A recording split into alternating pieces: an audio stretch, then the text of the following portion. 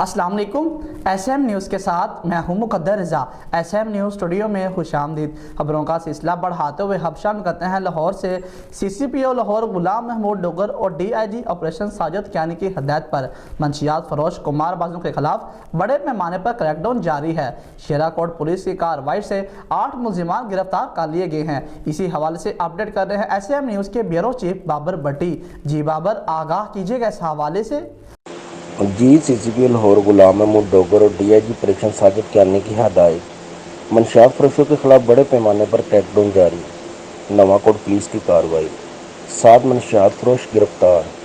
मजमूई तौर पर 2 किलो से जायद चरस, 8 किलो हीरोइन और 30 लीटर शराब बरामद। मंशियात फरोशों में आमद, वसीम सलीम, अरफान, साजिद सलीम, अहमद खुरम गिरफ्तार होने वालों में शामिल।